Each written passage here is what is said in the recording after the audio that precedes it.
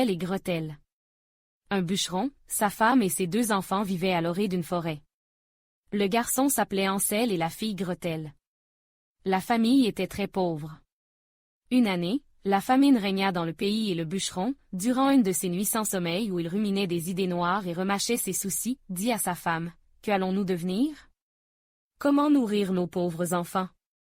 Nous n'avons plus rien à manger. » « Eh bien, dit la femme, sais-tu ce que nous allons faire? Dès l'aube, nous conduirons les enfants au plus profond de la forêt, nous leur allumerons un feu et leur donnerons à chacun un petit morceau de pain. Puis nous irons à notre travail et les laisserons seuls. Ils ne retrouveront plus leur chemin, et nous en serons débarrassés. Non, femme, dit le bûcheron, je ne ferai pas cela. Comment pourrais-je me résoudre à laisser nos enfants tout seuls dans la forêt? Les bêtes sauvages ne tarderaient pas à les dévorer. Oh, fou! Rétorqua-t-elle, tu préfères donc que nous mourions de faim tous les 4? Elle n'eut de cesse qu'il accepta ce qu'elle proposait. Les 2 petits, n'ayant pas pu s'endormir à cause de la faim qui les tenaillait, entendirent les paroles de leur mère. Gretel pleura beaucoup et dit à son frère. « C'en est fait de nous. »« Ne t'en fais pas, dit Hansel. Je trouverai un moyen de nous en tirer. » Quand les parents furent endormis, il se leva, enfila ses habits, et sortit de la maison. Hansel ramassa autant de cailloux qu'il put et les mit dans ses poches. Quand vint le jour, la femme réveilla les 2 enfants, debout, paresseux. « Nous allons dans la forêt pour y chercher du bois. » Elle leur donna un morceau de pain à chacun et dit, « Voici pour le repas de midi, ne mangez pas tout avant, car vous n'aurez rien d'autre. » Comme les poches de Hansel étaient pleines de cailloux, Gretel mit le pain dans son tablier. Puis, ils se mirent tous en route pour la forêt. Tout le long du chemin, Hansel, qui fermait la marche, jetait des cailloux blancs sur le chemin. Quand ils furent arrivés au milieu de la forêt, le père dit, « Maintenant, les enfants, ramassez du bois.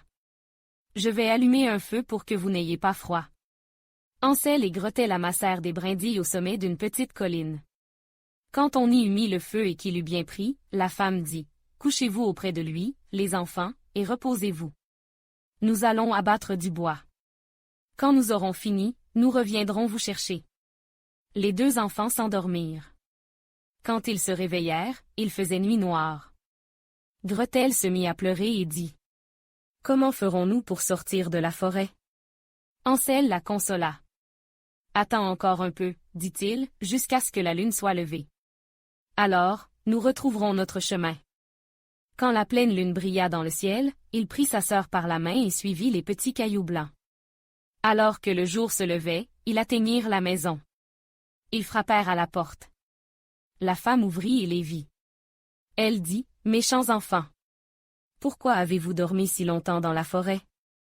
Nous pensions que vous ne reviendriez jamais. » Leur père, lui, se réjouit, car il avait le cœur lourd de les avoir laissés seuls dans les bois. Peu de temps après, la misère régna de plus belle et, une fois de plus, pendant la nuit, les enfants entendirent ce que la mère disait, « Il ne nous reste plus rien à manger, une demi-miche seulement. Il faut nous débarrasser des enfants, nous les conduirons encore plus profondément dans la forêt pour qu'ils ne puissent plus retrouver leur chemin, il n'y a rien d'autre à faire. » Quand les parents furent endormis, Hansel se leva avec l'intention d'aller ramasser de nouveau des cailloux. Mais la femme avait verrouillé la porte et le garçon ne put sortir.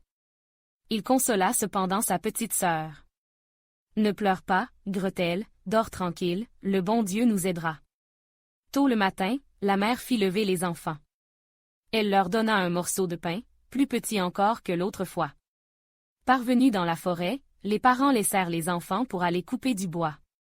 Le soir, Hansel et Gretel firent du feu, puis ils dormirent, et la soirée passa sans que personne ne revint auprès d'eux. Ils s'éveillèrent au milieu de la nuit, et Hansel consola sa petite sœur, disant, « Attends que la lune se lève, Gretel, nous retrouverons le chemin de la maison. » Quand la lune se leva, ils se mirent en route.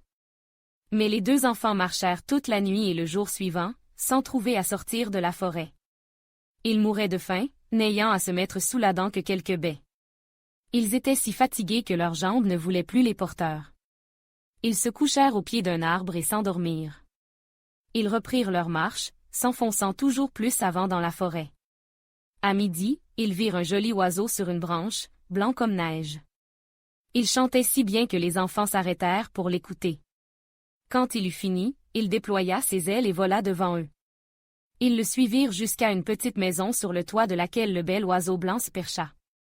Quand ils s'en approchèrent, ils virent qu'elle était faite de pain et recouverte de gâteaux. Les fenêtres étaient en sucre.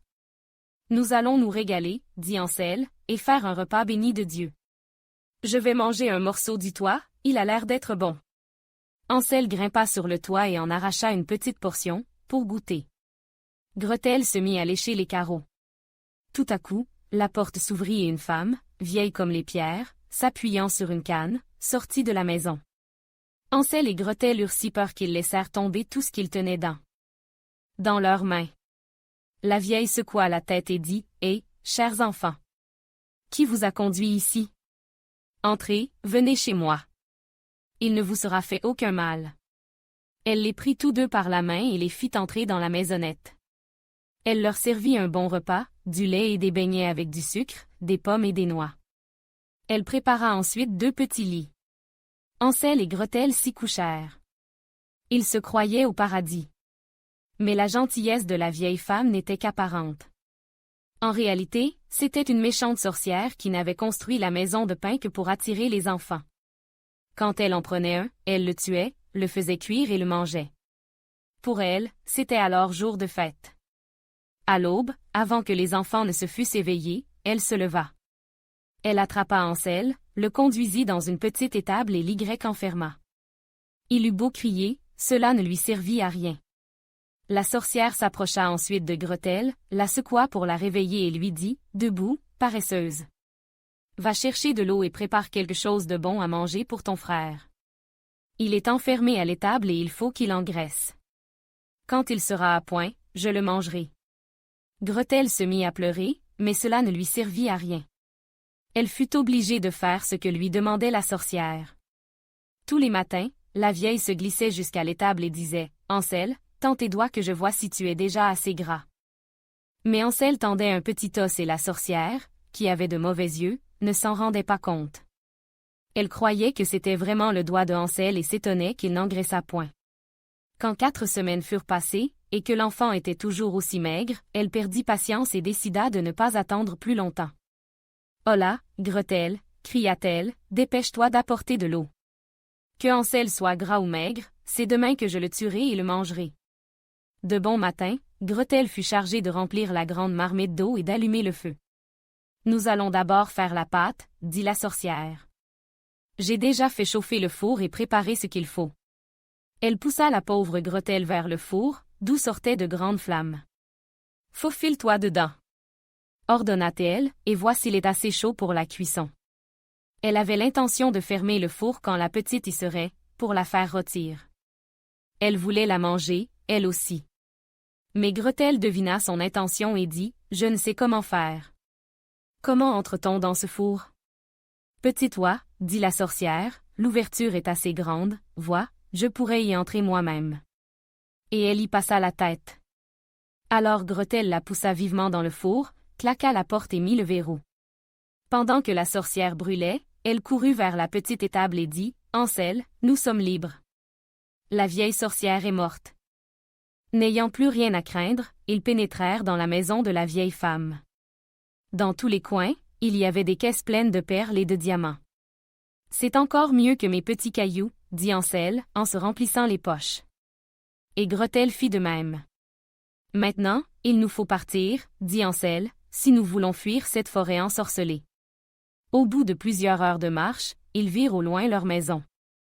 Ils se mirent à courir, se ruèrent dans la chambre de leurs parents et sautèrent au cou de leur père. Sa femme était morte entre-temps. Gretel secoua son tablier, et les perles et les diamants roulèrent à travers la chambre. Ansel en sortit d'autres de ses poches, par poignées. C'en était fini des soucis. Ils vécurent heureux tous ensemble. Abonnez-vous à notre chaîne pour plus de contes africains.